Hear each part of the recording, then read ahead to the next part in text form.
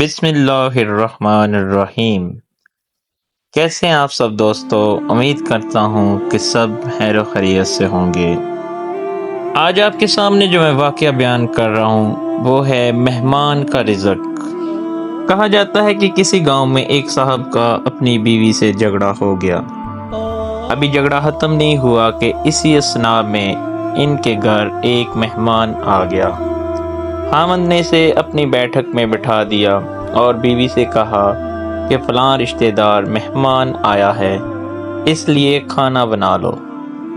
اس کی بیوی کافی غصے میں تھی، کہنے لگی نہ تمہارے لیے کھانا ہے نہ تمہارے مہمان کے لیے۔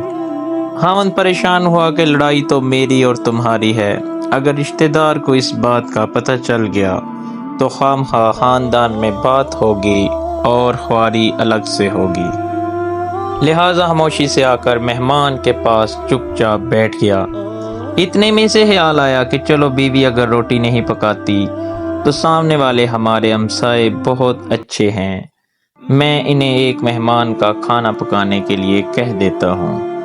چنانچہ وہ ان کے پاس گیا اور کہنے لگا کہ بیوی کی طبیعت آج کچھ زیادہ خراب ہے، لہٰذا آپ ہمارے مہمان کے لیے کھانے کا انتظام کر دیں۔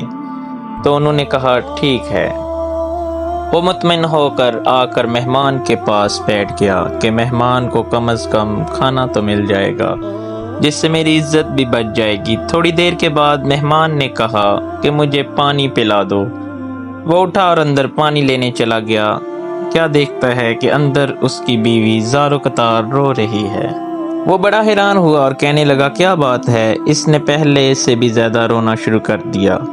کہنے لگی بس مجھے معاف کر دیں۔ اس کے خاوند نے کہا کہ بتاؤ تو صحیح، آخر تمہارے رونے کی کیا وجہ ہے، تم ایسے کیوں رو رہی ہو؟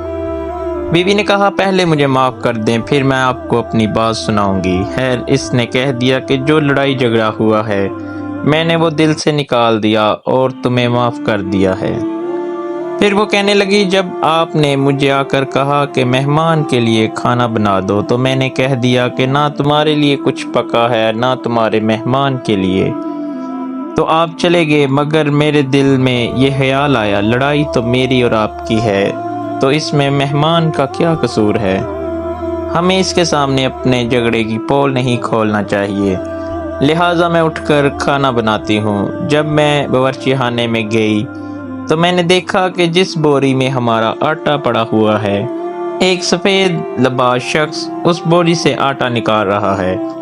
میں یہ منظر دیکھ کر سہم گئی تو وہ مجھے کہنے لگا اے خاتون پریشان نہ ہو، یہ تمہارے مہمان کا حصہ تھا جو تمہارے آٹے میں شامل تھا، اب چونکہ یہ ہمسائے کے گھر میں پکنا ہے اس لیے میں اسے وہیں لے کر جا رہا ہوں۔ تو دوستو یہاں ایک نبی کریم صلی اللہ علیہ وآلہ وسلم کی پیاری حدیث ہے کہ آپ صلی اللہ علیہ وآلہ وسلم نے فرمایا کہ جس کے گھر میں کوئی مہمان تشریف لاتا ہے تو وہ اپنے رزق کا بندوبست کر کے اس گھر میں آتا ہے۔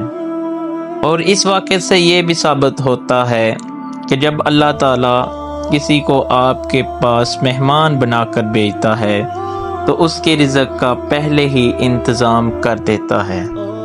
تو دوستو کیسا لگا آپ کو یہ پیارا واقعہ؟ اس طرح کے مزید اچھے واقعات کے لیے میرے چینل کو سبسکرائب کر دیں اور بیل آئیکن کے بٹن کو دبانا مت بھولیں۔